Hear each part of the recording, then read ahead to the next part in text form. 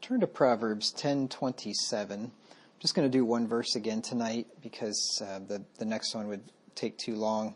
That's the problem with doing these verses where some of them are just a little too big to do two and almost too small to do one. But anyway, like Spurgeon said, I'd rather leave you longing than loathing. So Proverbs 10:27 says, "The fear of the Lord prolongeth days, but the years of the wicked shall be shortened."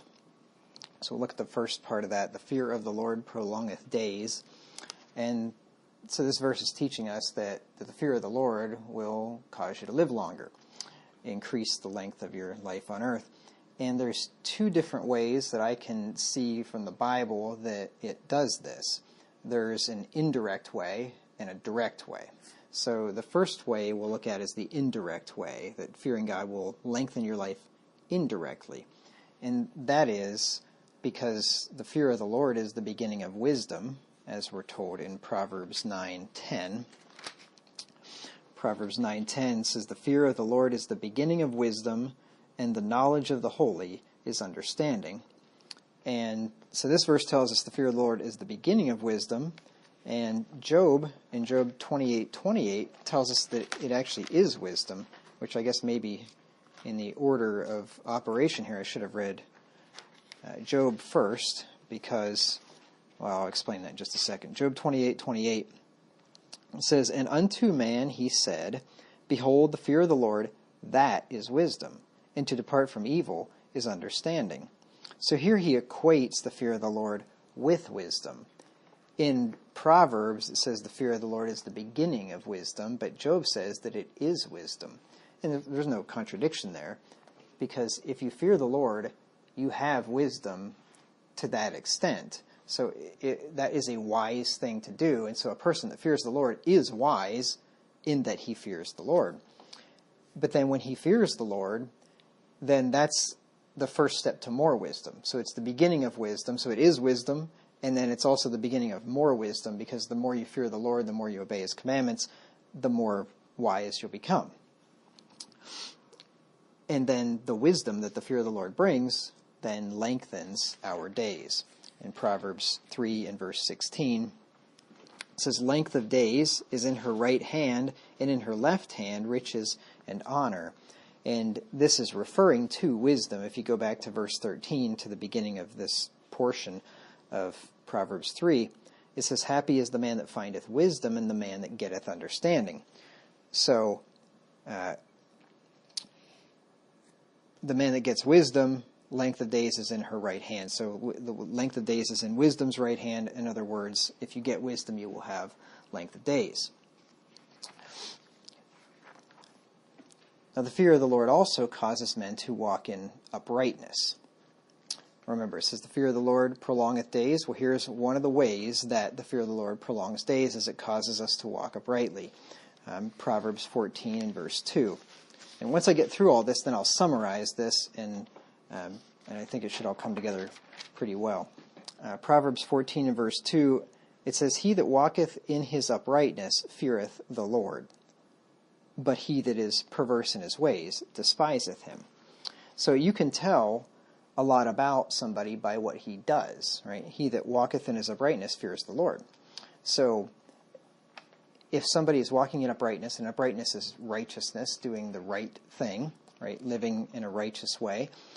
If somebody does that, then you can conclude from that that this man fears the Lord, because he's doing it out of fear of God. Conversely, "But he that is perverse in his ways despiseth him." So somebody that's perverse and not walking in uprightness and not keeping God's commandments, he despises God. Even if he says, "I love him," he really doesn't, because he's not keeping his commandments. Remember, Jesus said, "If you love me, keep my commandments." So this is another characteristic of a person that fears the Lord, as he walks in uprightness. A good verse to compare that with is Psalm 128 and verse 1. Psalm 128 and verse 1 says, "Blessed is every one that feareth the Lord, that walketh in his ways." And this is another one of these Hebrew parallelisms, like they're called. You'll find this a lot in the poetical books, like the Psalms and the Proverbs. so it's equating these two things. Blessed is everyone that feareth the Lord, that walketh in his ways. So those that fear the Lord walk in his ways. They walk in uprightness. They keep God's commandments and do what he says. And they also depart from evil. Proverbs 3 and verse 7. Now we're going to see this ties right in with prolonging life, and we'll get to that here in just a minute. Proverbs 3 and verse 7. It says, Be not wise in thine own eyes, fear the Lord, and depart from evil. So those that fear the Lord depart from evil. That's probably not too difficult to figure out why, because if you're doing evil and you fear the Lord, you think, oh, God's going to punish me for this. I'm going to stop doing evil because I don't want to come under his wrath. And Proverbs 14:16 says similarly. It says, A wise man feareth and departeth from evil, but the fool rageth and is confident. The wise man is wise enough to see that the path that he's on is going to cause him to get in a lot of trouble, and he stops that path, whereas the fool just presses right on in his proud rage, and he's not worried about it. He's got no fear. And what's the saying that fools rush in where angels fear to tread? I think you've probably heard that. Yeah. So there's something to be said there.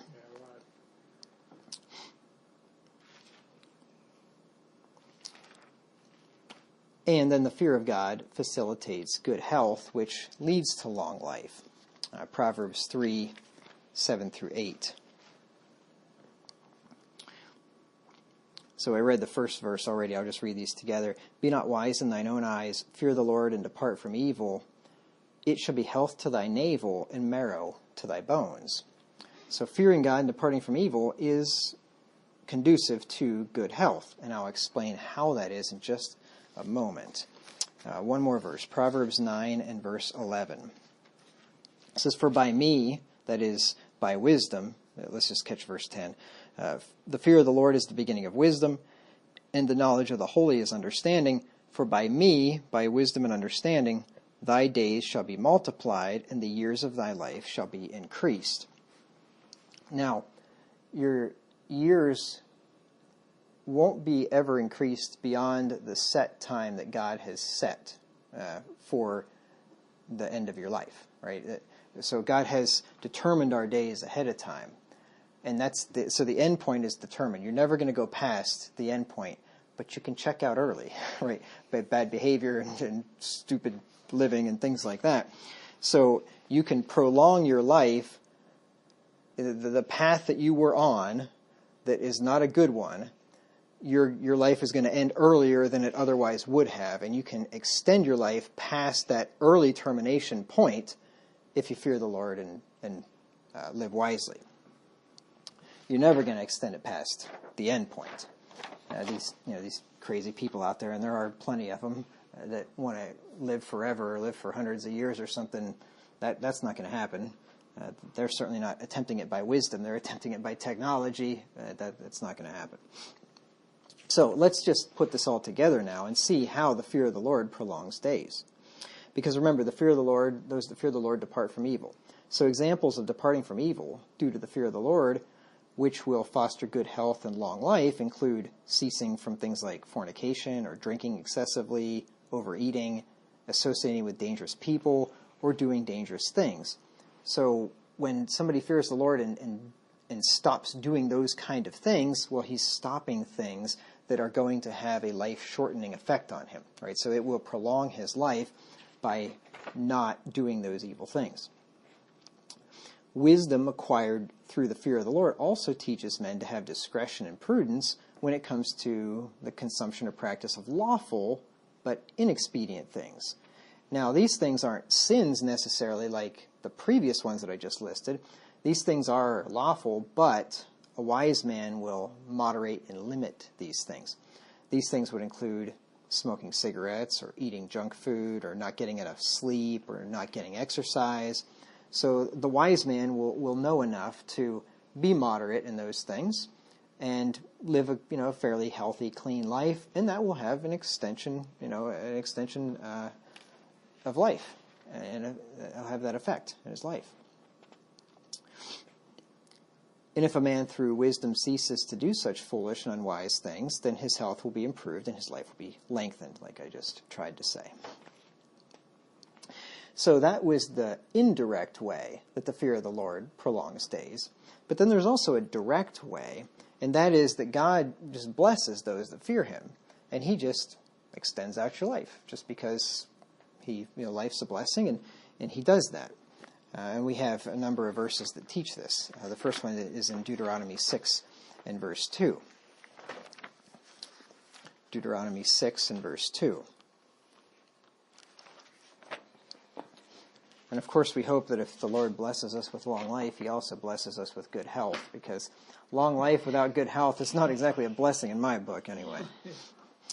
Deuteronomy 6 and verse 2 says, that thou mightest fear the Lord thy God, to keep all his statutes and his commandments, which I command thee, thou and thy son and thy son's sons, all the days of thy life, and that thy days may be prolonged.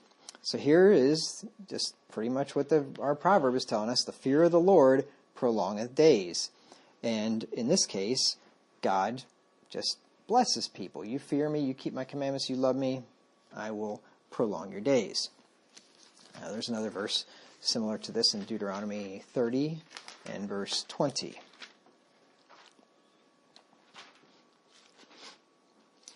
That thou mayest love the Lord thy God, and that thou mayest obey his voice, and that thou mayest cleave unto him, for he is thy life, and the length of thy days, that thou mayest dwell in the land which the Lord sware unto thy fathers, to Abraham, to Isaac, and to Jacob, to give them.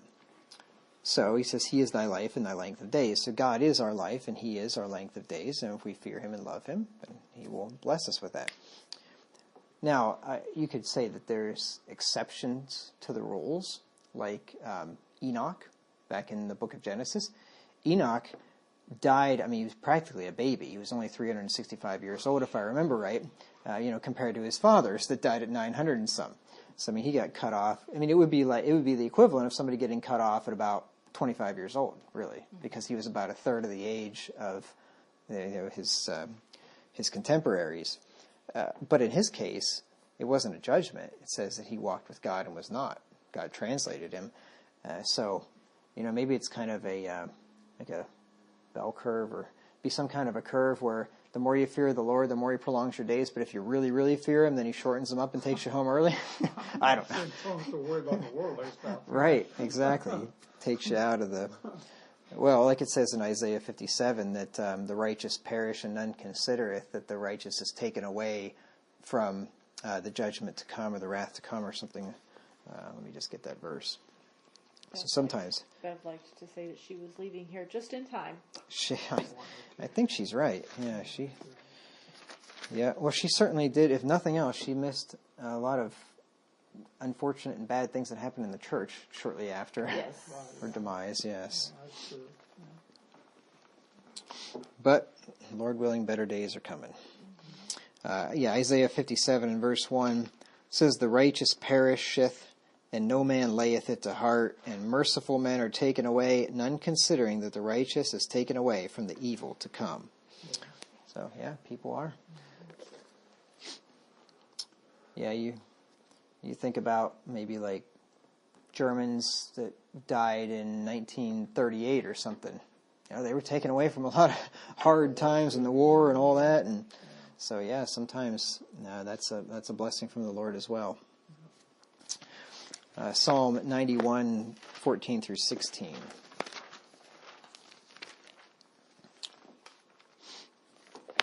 Psalm 91, 14 through 16. This is a psalm about God's protection. You're probably familiar with this psalm. Because he hath set his love upon me, this is the Lord speaking of the man that fears him. Because he hath set his love upon me, therefore will I deliver him. I will set him on high, because he hath known my name. He shall call upon me, and I will answer him. I will be with him in trouble. I will deliver him and honor him. With long life will I satisfy him and show him my salvation. This is the man that set his love upon the Lord. The man that loves God, and remember what Jesus said, if you love me, keep my commandments. So the man that loves God and keeps his commandments, the Lord will satisfy him with long life. He'll deliver him in his time of trouble. And one more, in Psalm 34, 11 through 22, we see that God will protect and preserve the lives of those that fear him. Psalm 34, 11 through 22. It says, Come ye children, hearken unto me, I will teach you the fear of the Lord. What man is he that desireth life, and loveth many days, that he may see good? Keep thy tongue from evil, and thy lips from speaking guile. See, he's teaching us the fear of the Lord. Here's how you fear the Lord. Keep thy tongue from evil, and thy lips from speaking guile. Depart from evil, and do good. Seek peace, and pursue it. The eyes of the Lord are upon the righteous, and his ears are open unto their cry. The face of the Lord is against them that do evil, to cut off the remembrance of them from the earth. The righteous cry, and the Lord heareth, and delivereth them out of all their troubles. See, those that fear the Lord and depart from evil, as he says here, when they get in trouble, they cry to him, and the Lord delivers them, because he's got his eye on them. They're the apple of his eye. The Lord is nigh unto them that are of a broken heart, and saveth such as be of a contrite spirit. Many are the afflictions of the righteous, but the Lord delivereth him out of them all. See, there's God's deliverance of those that fear him. He keepeth all his bones, not one of them is broken. Evil shall slay the wicked, and they that hate the righteous shall be desolate. The Lord redeemeth the soul of his servants, and none of them that trust in him shall be desolate. So those that fear the Lord will be protected, taken care of, heard when they cry to him, delivered, and that their days will be prolonged. Now let's get to the second half of the proverb in Proverbs 10 and verse 27. It says, The fear of the Lord prolongeth days, but the years of the wicked shall be shortened. The wicked fear not God, we're told in a number of places. It says in Romans 3:18, there's no fear of God before their eyes. It says they something about the wicked, that about not fearing God, they have no changes, therefore they fear not God, I believe it says. So anyway, this is why the reverse effect is in play here, that they don't fear God, and therefore their days are going to be shortened. And I actually have a number of scriptural examples of this. The Bible is, you could say, replete with examples of the wicked that die early. Psalm 55 and verse 23 is probably one of the most classic verses along these lines. Psalm 55:23 says, But thou, O God, shalt bring them down into the pit of destruction. Bloody and deceitful men shall not live out half their days, but I will trust in thee. And there's been plenty of tyrants that didn't live out half their days. Alexander the Great, and I've talked about him, he died in his 30s. He went and conquered most of the world, and who knows how many people he killed doing it. He didn't live out half his days. That commie Che Guevara, that helped Fidel Castro overthrow Cuba way back when, revolutionary. He didn't live out half his days either. I think he died in Chile or something at a pretty young age. So, I mean, that's just a couple of examples. There's lots of examples of bloody and deceitful men that get cut off right in the middle of their lives. Job talked about hypocrites in heart that will die in youth in Job 36, 13 through 14. Job 36, 13 through 14 says, But the hypocrites in heart heap up wrath. They cry not when he bindeth them. They die in youth, and their life is among the unclean. They die in youth. There's an old saying that the good die young, but you know what? The bad die young sometimes too. And sometimes the good do die young. We talked about Enoch. He didn't die, but he was taken. And Jesus was a good man, the best man that ever lived. Obviously, he died young, 33 years old. So it happens. The Apostle James died young. Most of the apostles were martyred, so it does happen. It says in Ecclesiastes 7 and verse 17 that if you're overmuch wicked, you'll die before your time. Ecclesiastes 7 and verse 17. going the wrong way. Ecclesiastes 7:17 says, "Be not overmuch wicked, neither be thou foolish. Why shouldest thou die before thy time?" So this is a rhetorical question, but the implication obviously is, if you're overmuch wicked and foolish, you will die before your time. Remember, God's got the end point set, and if you are overmuch wicked, he'll cut you off early. It's just kind of funny that Solomon says, "Be not overmuch wicked," like instead of just saying, "Don't be wicked at all." Be a little. But yeah, not a good idea to be a little wicked. But if you're overmuch wicked, you're really tempting God, and you're going, more than likely, you are going to be cut off early. So yeah, it's just kind of an interesting way of saying it. Yeah, I don't think he's saying it's okay to be a little bit wicked. But if you don't want to die early, you better not be overmuch. Here's a good example of men that died before their time because of their wickedness. The men that lived before the flood. And Job talks about this in Job 22. Yeah, think about that. I mean, there were millions of men that died before their time because of their wickedness. Job 22, 15 through 16.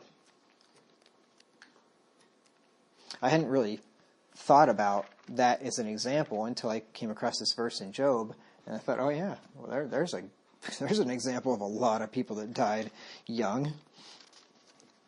I mean, there would have been people that died probably just anywhere right after birth, the whole way up until the end of life, and everywhere in between. Job 22, 15 through 16. Says, "Hast thou marked the old way which wicked men have trodden, which were cut down out of time, whose foundation was overflown with a flood?" Cut down out of time. Kind of another way of saying they died before their time, right? The same way as Sodom and Gomorrah. Yeah, that's right. The young kids just buried then, too. Yep. Would have been a lot of people that got cut off in youth in both of those situations.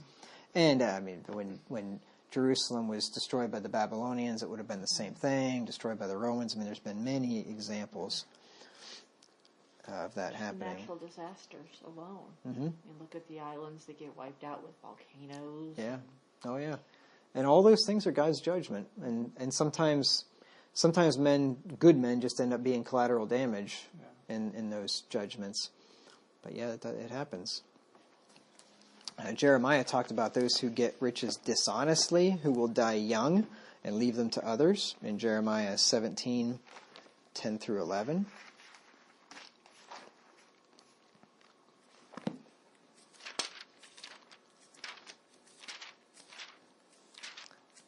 But the kind of ironic thing, I guess you could say, is that the Bible's full of warnings about don't live wickedly and get cut off early, but yet the people that live wickedly don't believe the Bible, so they're not going to hear the warnings. So it's like you got all these warnings, but they don't care and they don't pay any attention to them. So it's like the people that are being warned are probably not going to hear it or care if they did. They wouldn't believe it even if they did. They wouldn't, exactly. It's kind of ironic if you think about it. Jeremiah 17, 10 through 11. It says, "The Lord search the heart, I, the Lord, search the heart. I try the reins, even to give every man according to his ways and according to the fruit of his doings. As the partridge sitteth on eggs and hatcheth them not, so he that gathereth riches, and not by right, shall leave them in the midst of his days, and at his end shall be a fool." So just like the partridge sits on the eggs and doesn't end up getting anything that she had hoped, getting chicks from her labor, so it is with those that get riches not by right. They've gotten it ill-gotten somehow. They've done some evil thing to get riches. They'll leave it in the midst of his days. So, 30, 40 years old, something like that. And in the end, he'll be a fool. And those who are not rich toward God and heap up riches only for themselves will have their years shortened also. Or they at least could. We have a biblical example of this in Luke 12 and verse 20. This is such an interesting passage because at first glance you'd think, oh, it's just wrong to save up a bunch of stuff and build barns to store up food or whatever. No, it's not wrong to do that. this guy's problem was he wasn't rich toward God. He just wanted to keep it all for himself. Luke 12 and verse 20, you remember the story, right? He said his fields brought forth abundantly, and he says, what should I do? He's like, I'll pull down my barns, I'll build bigger ones, and I'll have many goods laid up for many years, and I'll just say to myself, take thine ease, eat, drink, and be merry. But verse 20, God said unto him, thou fool, this night thy soul shall be required of thee. Then who shall those things be which thou hast provided? And here's the verse that's the key verse to this whole passage. So is he that layeth up treasure for himself and is not rich toward God. The laying up treasure for himself was fine if he'd have been rich toward God, right? If he'd have given God his portion and been willing to distribute to the poor and things like that, he wouldn't have got cut off early. Now, let me just give you some examples, some particular examples of evil men that died early. So these verses here all just talk about general principles of people that don't keep God's commandments and don't fear him and are wicked and they get cut off. But I'll give you a whole number of examples here of men that this happened to. The first one is a man named Kind of a strange name. I suppose maybe he would have thought our names were strange. But Genesis 38 and verse 7.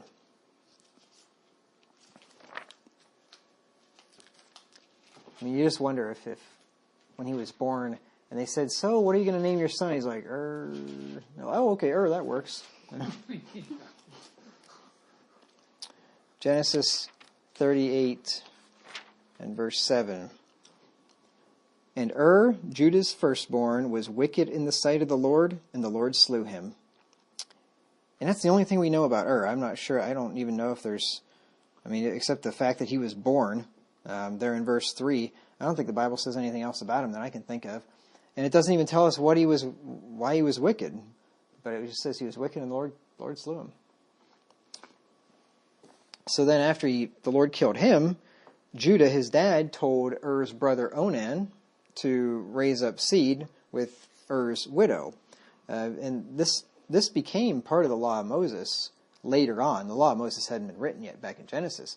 But later on, it was written that if a man died, not having any children, then his brother would take his wife and then raise up seed for him.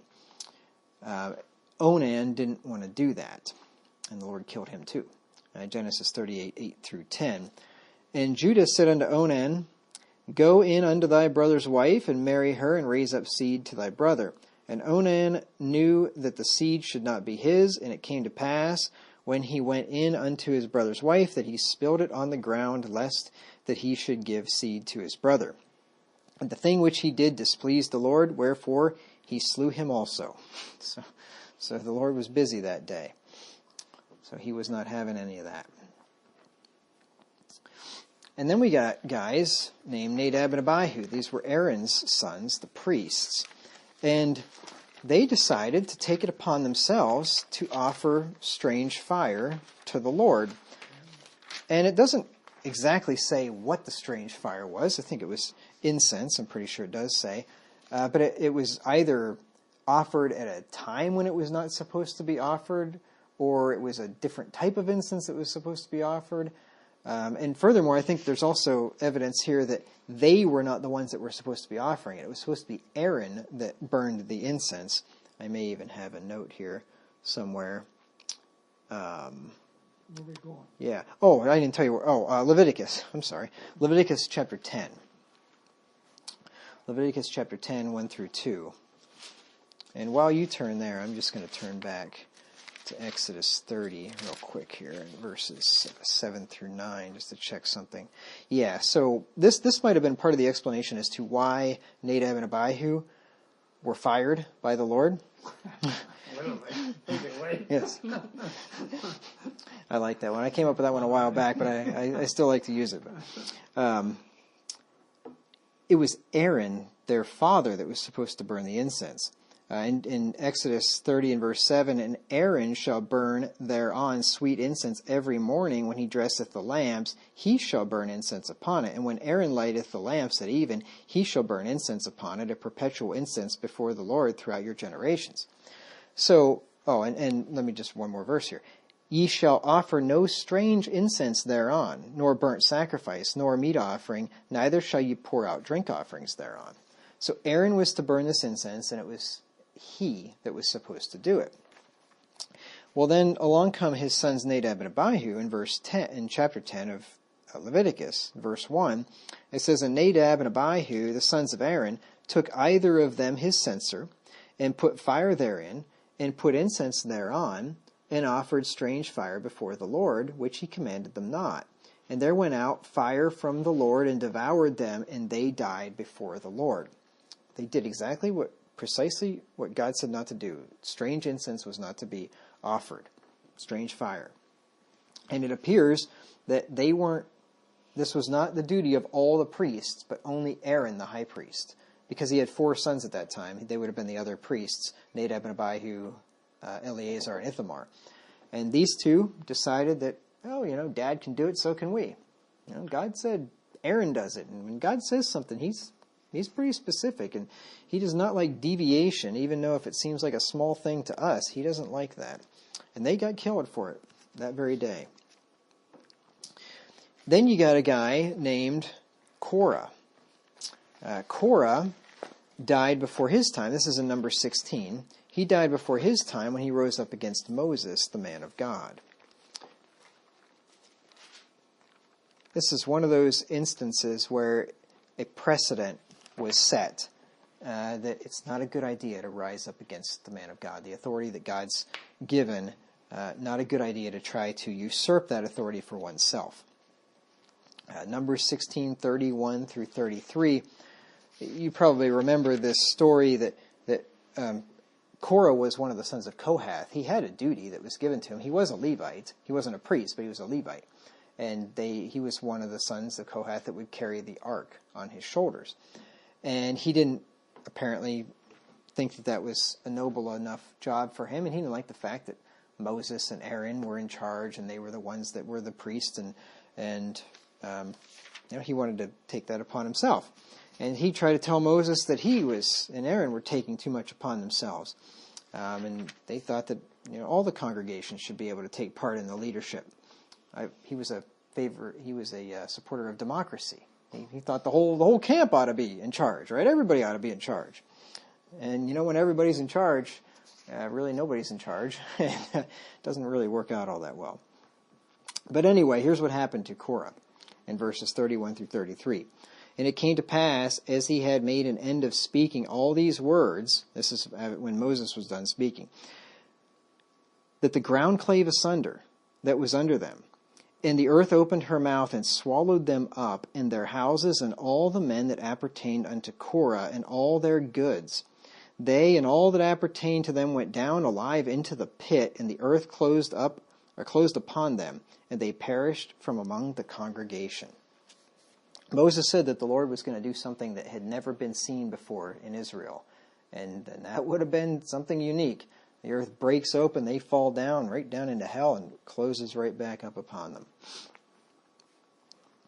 So I don't know exactly how old they were, but I can tell you one thing. They died before their time, because that wouldn't have happened if they wouldn't have risen up against God's men.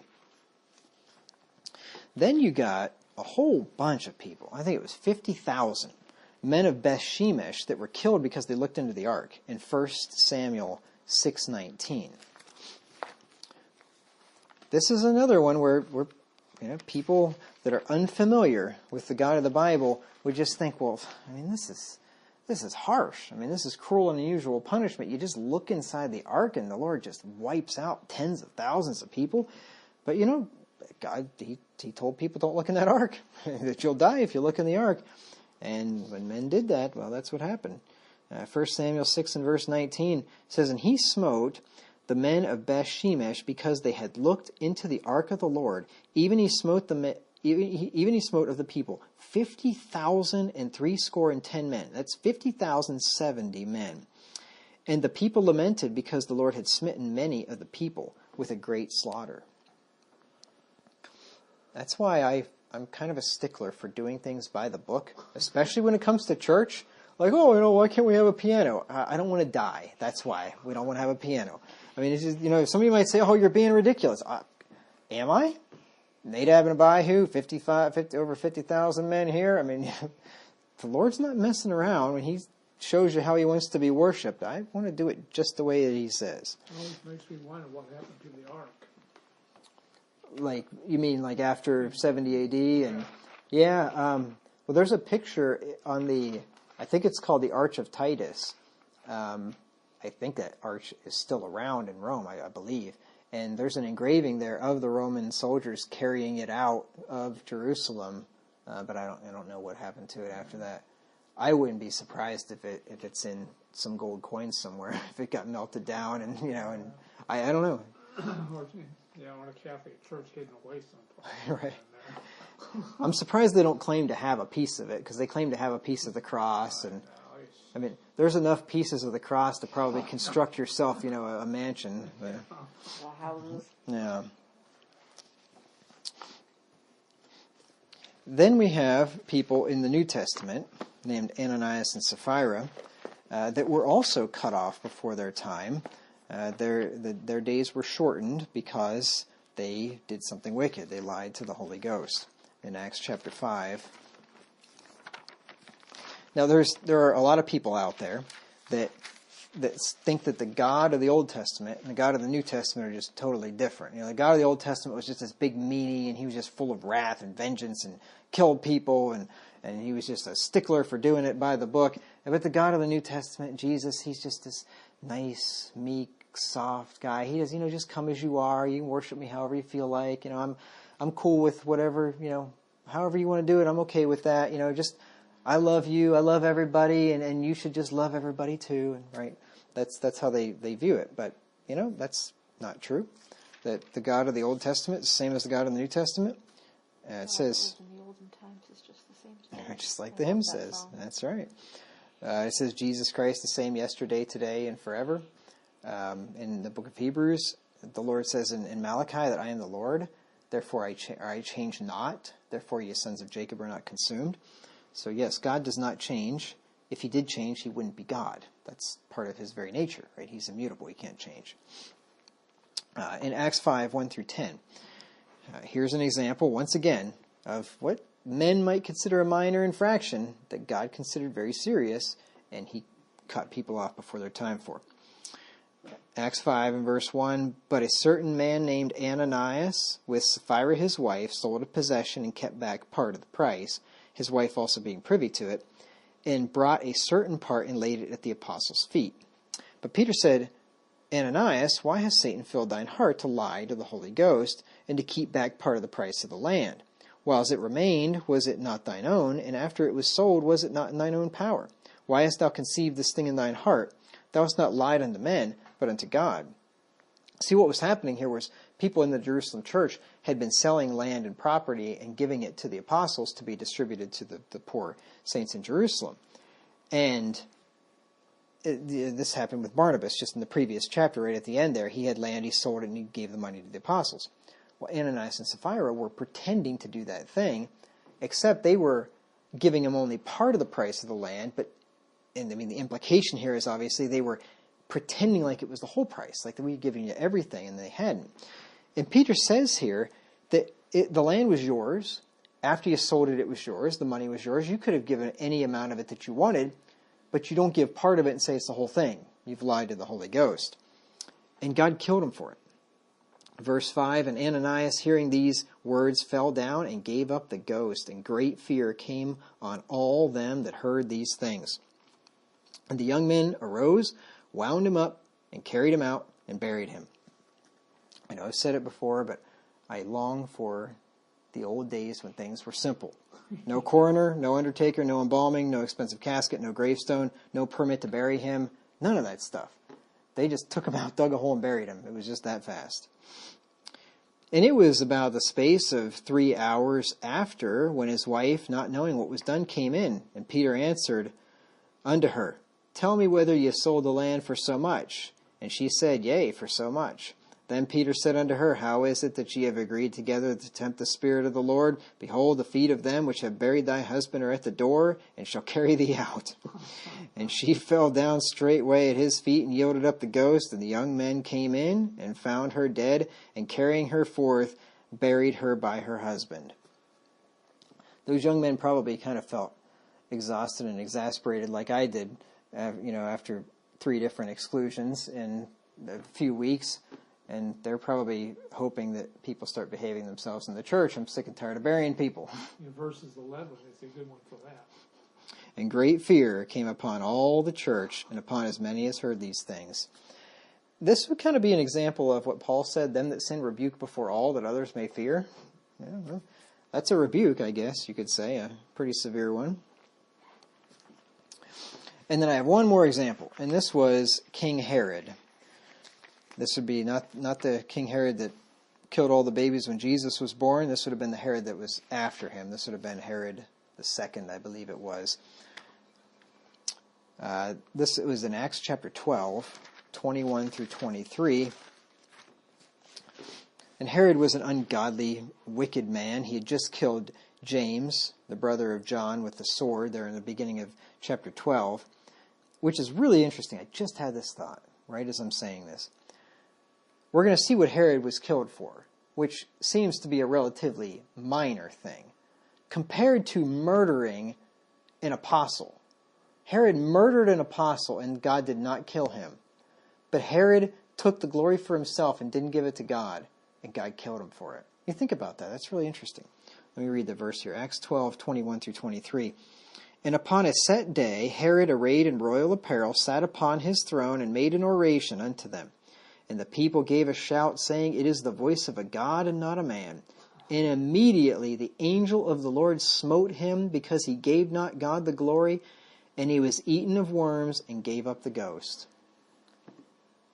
Think about that. He murdered an apostle, God didn't kill him. They said it's the voice of a God, not a man, and Herod said, oh yeah, that's right. And God killed him right there. He didn't give God the glory. You think about that. That is really something. That's why when Paul went in Acts 14, or just the next chapters, or 2 chapters later, he went in Acts 14 to, I think it was Lystra. I forget the name of the place. Yeah, it was Lystra. And he healed that man.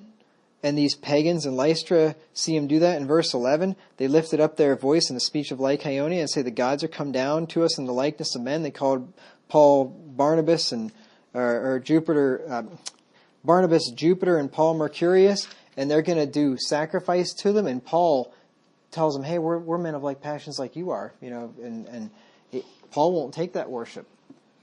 Herod took the worship, and Herod died immediately. Paul wasn't going to do that. John in the book of Revelation